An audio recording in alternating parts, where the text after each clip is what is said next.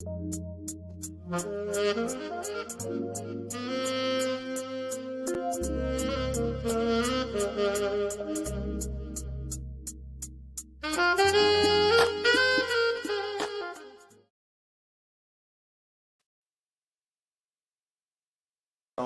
Baptist Church, Memphis, Tennessee, 187 South Parkway East, for our weekly Sunday school lesson presentation. This week we want to also thank our media ministry team headed by Reverend Henderson, assisted by Sister Fletcher and Ms. Partee, and we want to thank our trustees and Whitestone Baptist Church for sponsoring this important ministry. To those of you who are tuned in live on Facebook and YouTube, whenever time you choose to watch it, and we ask if you would invite others, and want to thank God for our superintendent, Sister Brooks, and our superintendent emeritus, Brother William Baskin, and Sunday school teachers wherever your members are, whether you're a Methodist or Baptist, wherever your membership is. God bless you, and thank you for allowing God to use you in that capacity. I don't think I have to mention to you, COVID-19 is very real, very dangerous, and it's a dreadful disease. Do whatever you have to do to protect yourself and others from this. This is lesson 104 in our series, and the second one for the summer quarter. The subject for this week is Isaiah's commission. The Bible text is lifted from is Isaiah chapter 6, the first 8 verses. The theme for the book of Isaiah is Israel's Messiah. The theme for June is faithful to serve, faithful to serve. The theme for the summer quarter is servants and healers. The golden text, verse 3. And let me read it aloud. And one cried to another and said, Holy, holy, holy is the Lord of hosts. The whole earth is full of his glory. If you'll notice, responsive reading, responsive music, it was like a choir, it was like a quartet. And the main thing that we should grasp from this is that their only purpose was to serve God 100% of the time. Our chief commentator is Robert E. Winger. The lesson is divided into 2 sections. The first section covers verses 1 through 4, the prophet's vision. First half of verse 1 is the time of the vision. The second half of verse 1 through verse 2 is the nature of the vision, the proclamation of the vision, the last 2 verses in section 1. Section 2, the prophet's response. How did Isaiah respond? That covers the last few verses of the text, 5 through 8. Verse 5 highlights acknowledging sin. Verses 6 and 7 highlights receiving cleansing. And last verse of the text, verse 8, answering a call. There are key words defined. I'll just mention some of them. Seraphim, in order of 6 winged angels in God's presence at all times. Phantom, to understand, to discern, to comprehend, or to grasp. And the word we use in one of the outlines is answer. He answered God. That means to reply or reaction, to clarification, or to solve or fulfill. Mainly in this context, it's a reply. It's a reaction to the call. Proclamation, public announcement, publication, a formal public declaration of an event or important information. If you notice, the lesson subject itself is Isaiah's commission. So the word commission is a task given. In this context, God calls Isaiah to give him a task that would have eternal ramification, which includes us in this 21st century. Vision, that's an important word in this text, a thought or concept or object formed by one's imagination. See, God speaks to us through our dreams, through our imagination. A lot of things that we see today, for example, the electric light. Ben Franklin is given credit for that up in Philadelphia, Pennsylvania, back in the 1700s. But think about it. That was formed in his mind by the power of God, revealing that to him. He didn't give that vision to everybody. He gave it to Ben Franklin. Michael D'Angelo came up. He was the first one to graph or to draw up what it would be to fly in the air. So that's where people, when they came up with the airplane or the jet, they got it from Michelangelo, the great painter, way back 400 years prior to that time. So visions are part of God's effort to reach us, and you'll see a word in the text, I-N-U-R-E-D, inearned, means accustomed to something unpleasant. Isaiah felt that the call was to him, but he felt not good enough, and he knew that he was an unpleasant man. But God, through the angel, cleansed him for the task. God knew what he was doing in calling him. Transformation, that's an important word in the text, to make a dramatic change in form, appearance, or character. Attribute, that's important in this text. Attribute is simply a quality or a character trait ascribed to something or someone. The attributes of God, the qualities of God, they are many, many, many. You'll notice in the text the word tongue, T-O-N-G. That was an instrument used to pick up and hold things, in this case, a piece of hot coal from the altar that cleansed spiritually the lips of Isaiah. Sin is important in this text. In immoral acts or acts against God. Anything that's against God, anything contrary against the will of God is sin. Now, we just have to admit it. That's the bottom line. Iniquity, that's a part of this text. Grossly wrong, something that we know is wrong. Sometimes we do stuff we don't know is wrong, but when you know you're wrong and you keep doing it and you enjoy it, that's evil. That's iniquity. Then purge is part of this text. Purge, to cut out or to move or remove, to clear out. Woe, first thing Isaiah said, woe is me. Woe means much misery or sorrow or distress. Undone is in the text. That's important to this word. Not finished, not complete. Then you'll notice the word train used. A moving file of persons, vehicles, or animals. A train of angels, a train of people. That's a movement of people in line going a certain direction. You can't get around glorified, to express beauty, to magnify. Holy, completely set apart from all. Holy in this context, in the Bible, in this text in particular, is God is perfect, and he is trying to reach imperfect people. Winger made 9 key points on page 19. I'll cover 2 of those. The first one is he says that our series of quarter lessons examine aspects of service. That's a bad word to many people in our generation. This series of lessons examine aspects of service by which God's people humbly acknowledge his worthiness and recommit themselves to glorifying him. So whatever we do in the context of the Christian church ought to be to glorify God and not ourselves. If we did that, we wouldn't have arguments and debates, and our churches wouldn't be in the news. I'll put it that way, for bad news. The fifth point he made is, we must keep on magnifying God with the idea to never compare our standards to the normal human being. Just because somebody acts good doesn't mean they're a Christian. The worst people do something good. The best of us, from time to time, will do something bad or say something insulting to somebody. That's part of being a human being.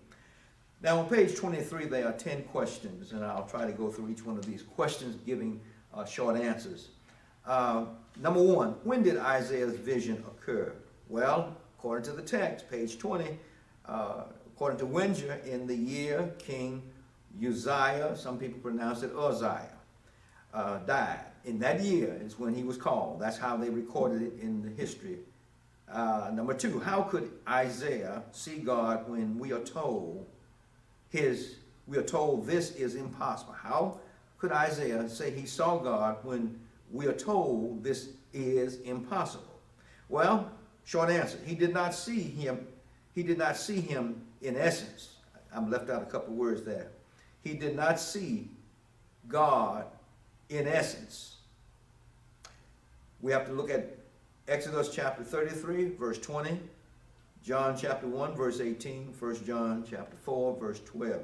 Perhaps he saw a human-like form seated on a throne in the vision. So he didn't see God with his naked eye as God really is. No man has looked upon God, according to the Bible, and lived in his natural state. God has to hide himself because we just couldn't take it. It's just like looking at an atomic bomb with the naked eye in an explosion. You can't, he's just that powerful. Now, number 3, what did the seraphim whom Isaiah saw look like?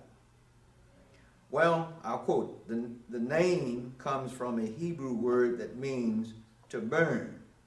So they are probably bright and dazzling in appearance.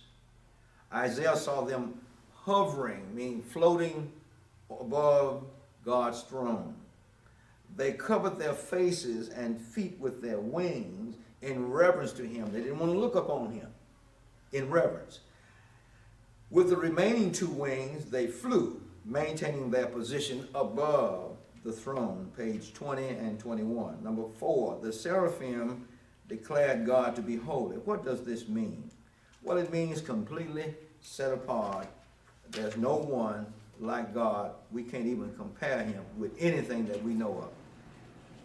Page 21. Number 5, what does it mean that the whole earth is full of God's glory?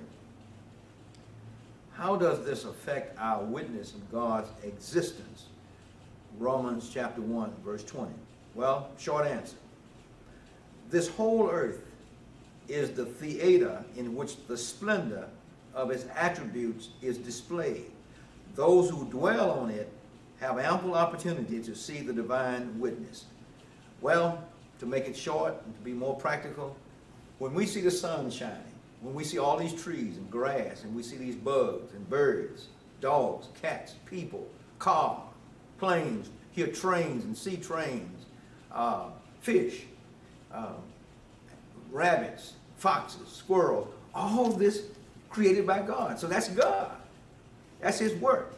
For us to be able to talk, to look at each other with 2 eyes, and to comprehend we're looking at somebody else, that's God.